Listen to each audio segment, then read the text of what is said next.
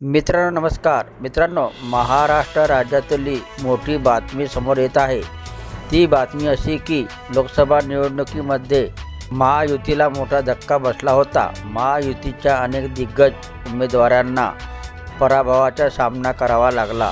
महाविकास आघाडीला मोठं यश मिळालं, मात्र त्यानंतर महायुतीनं विधानसभा निवडणुकीत जोरदार पुनरागमन केलं।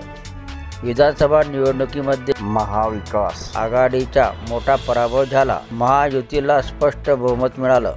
महायुतीच्या राज्यात तब्बल 232 जागा निवडून आल्या, तर महाविकास आघाडीला केवळ 50 जागाच मिळाल्या।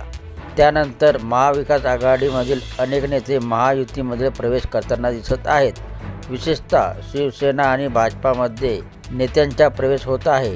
याचा सर्वात मोठा धक्का हा शिवसेना ठाकरे गटाला बसला आहे। आतापर्यंत शिवसेना ठाकरे गटातील अनेक नेत्यांनी शिवसेनेत प्रवेश केला आहे, तर आता दुसरीकडे मोठी बातमी समोर येत आहे। ती म्हणजे जुन्नरचे आमदार शरद सोनावणे हे शिवसेनेत प्रवेश करणार आहेत। शरद सोनावणे हे जुन्नरचे अपक्ष आमदार होते। ते 28 फेब्रुवारी रोजी नारायणगाव शिवसेना कार्यकर्त्यांच्या मेळाव्यात उपमुख्यमंत्री एकनाथ शिंदे यांच्या उपस्थितीमध्ये शिवसेनेत प्रवेश करणार आहेत।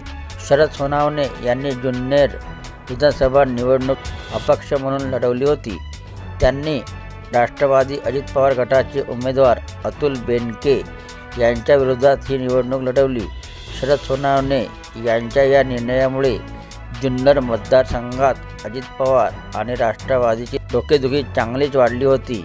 या अटीतटीच्या लढाईमध्ये शरद सोनावणे यांनी राष्ट्रवादीचे उमेदवार अतुल बेनके यांचा पराभव केला।